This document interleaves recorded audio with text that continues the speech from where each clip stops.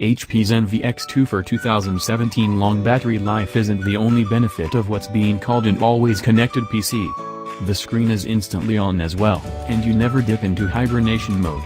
The device is light, and it's compatible with Gigabit LTE. You can unlock it with your eyes and use the Cortana voice assistant.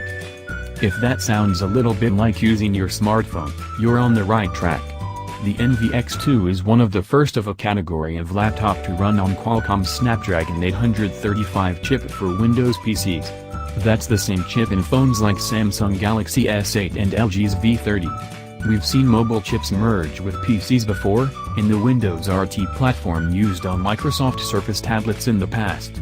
Multiple drawbacks kept that lagging software from catching on. Qualcomm and Microsoft together hope that this family of thin, light, Windows 10 device will reverse those fortunes.